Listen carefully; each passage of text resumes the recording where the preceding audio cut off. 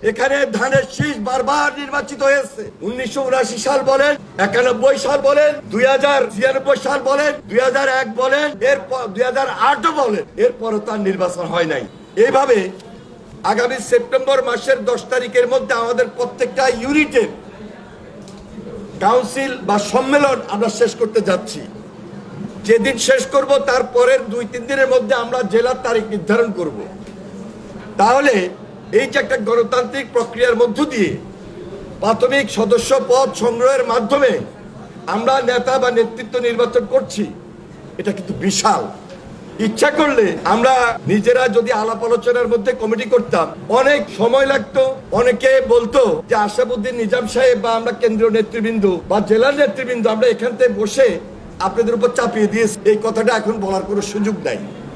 যাই হোক, আমরা আজকে প্রাথমিক সদস্য সংগ্রহের যে কারণে করেছি কেন্দ্রীয়ভাবে, সেটা স্থানীয়ভাবে একদম রুট লেভেল পর্যন্ত এখন আমরা সদস্য সংগ্রহ পুনরায় এই আনুষ্ঠানিকতার মধ্য দিয়ে শেষ করব। এবং কেন, কি কারণে, প্রতিটা ব্যাখ্যা আমাদের টিমের এই সদস্যরা দিয়েছে, আমি আর ব্যাখ্যা করতে চাই না। তবে একটা জিনিস, আমরা একটা সফটওয়্যারের আওতায় এই সদস্য সংগ্রহ সারা বাংলাদেশের তৃণমূল পর্যায়ের যারা প্রাথমিক সদস্য হচ্ছে তাদের সবাইকে আমরা ওই সফটওয়্যারের আওতাতে নিয়ে যাচ্ছি, যেটা লন্ডনে থাকুক আর আমরা যার অপেক্ষা আছি তারেক রহমান দেশে থাকুক, তিনি এক নজরে যখন বুঝবেন, যখন দেখতে চাইবেন যে আমার লক্ষ্মীপুর সদর ইউনিটের এই থানা, এই পৌরসভার আন্ডারে ইউনিয়ন ওয়ার্ড এবং থানার আন্ডারে ইউনিয়ন আন্ডারে ওয়ার্ড কারা প্রাথমিক সদস্য হয়েছে সবাই তিনি নাম মুখস্থ বলে দিতে পারবেন। এটা বিশাল সাকসেস।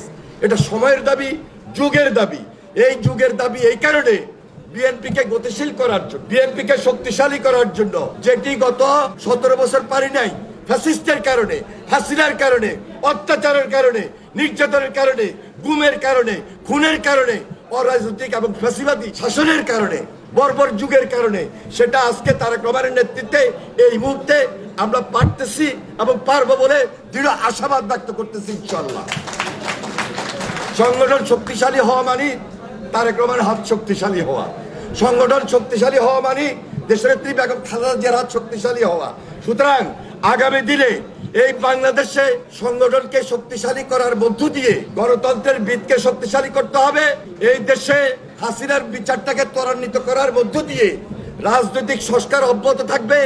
এবং আমার আপনার সবার একটাই দাবি, গণতন্ত্রের ভিতকে শক্তিশালী করতে হলে জনগণের সরকার প্রয়োজন। আর যখনই জনগণের সরকার আমাদের খুব বেশি প্রয়োজন, সেই জনগণের সরকারের সঙ্গে আমার আপনার সম্পৃক্ততা, সমাজ ব্যবস্থা, মানবিক দিক, সামাজিক দিক, সকল কিছু মিলে রাজনীতিতে একটা স্বাভাবিক পরিবেশ নিয়ে আসার জন্য এই দেশে একটা নির্বাচিত সরকার খুব বেশি জরুরি।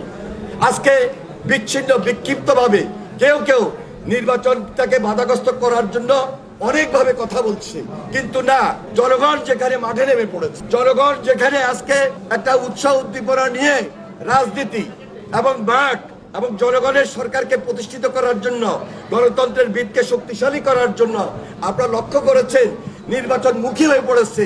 এই নির্বাচনমুখী ব্যবস্থাটাকে আরো বেশি দৃঢ়, জনগণের কাছে উৎসবমুখর পরিস্থিতিতে নিয়ে যাওয়ার জন্য আমরা সবাই এক এবং ঐক্যবদ্ধ দেশনেত্রী বেগম খালেদা জিয়ার নেতৃত্বে, তারেক রহমানের নেতৃত্বে ইনশাআল্লাহ আমরা অতীত প্রমাণ করেছি, এবারও প্রমাণ করতে চাই। লক্ষ্মীপুরের 4টা আসন, 4টা নির্বাচনী এলাকা, এখানে ধানের শীষ বারবার নির্বাচিত হয়েছে। 1979 সাল বলেন, 91 সাল বলেন, 2096 সাল বলেন, 2001 বলেন, এরপর 2008 বলেন, এরপরও তার নির্বাচন হয় নাই। নির্বাচন তারা বন্ধ করে দিয়েছে। দেশনেত্রী বেগম খালেদা জিয়া এই লক্ষ্মীপুর থেকে নির্বাচন করেছেন, বিজয়ী হয়েছেন। আশরাফুদ্দিন নিজাম নির্বাচন করেছেন, বিজয়ী হয়েছেন। আপনারা আমাকে বিজয়ী করেছেন। এবং আমাদের পার্শ্ববর্তী রামগঞ্জ থেকে জিয়াউল জিয়া মরহুম এবং মরহুম নাজিমউদ্দিন সাহেবকেও নির্বাচিত করেছেন, তথা ধানের শীষ নির্বাচিত হয়েছে। তাহলে লক্ষ্মীপুরের মাটি, লক্ষ্মীপুরের মাটি, লক্ষ্মীপুরের মাটি, খালেদা জিয়ার ঘাঁটি, তারেক রহমানের ঘাঁটি, তারেক রহমানের সংগ্রাম, তারেক রহমানের সংগ্রাম, খালেদা জিয়ার সংগ্রাম, খালেদা জিয়ার সংগ্রাম, স্বাধীনতার ঘোষক জিয়া, স্বাধীনতার ঘোষক জিয়া, মুক্তিযুদ্ধের অপর নাম, স্বাধীনতার অপর নাম লক্ষ্মীপুরের অপর নাম লক্ষ্মীপুরের অপর নাম স্লোগান দিয়ে ইনশাল্লাহ মনোবল পেয়েছি, সাহস পেয়েছি, উদ্দীপনা পেয়েছি, উৎসাহ দিয়েছি, হিম্মত আছে আমাদের। কারণ দেশনেত্রী বেগম খালেদা জিয়া সম্মানিত, কারণ এই আদর্শ যিনি দিয়ে গিয়েছেন তিনি শহীদ রাষ্ট্রপতি জিয়া রহমান, বাংলাদেশের মহান স্বাধীনতার ঘোষক, আমাদের প্রাণপ্রিয় নেতা জনাব তারেক রহমান, ভারপ্রাপ্ত চেয়ারম্যান, তাদেরই যোগ্য উত্তরসূরি প্রেসিডেন্ট জিয়া এবং দেশনেত্রী বেগম খালেদা জিয়ার জ্যেষ্ঠ সন্তান। তার অপেক্ষায় আছি। আগামীতে নির্বাচন হবে, বিএনপি দায়িত্বশীল অবস্থানে থাকবে, জনগণের সরকার প্রতিষ্ঠিত করবে ইনশাল্লাহ। তারেক রহমান বাংলাদেশের প্রধানমন্ত্রী হয়ে মানুষের আস্থা, বিশ্বাস, সম্মানের জায়গায় থাকবেন।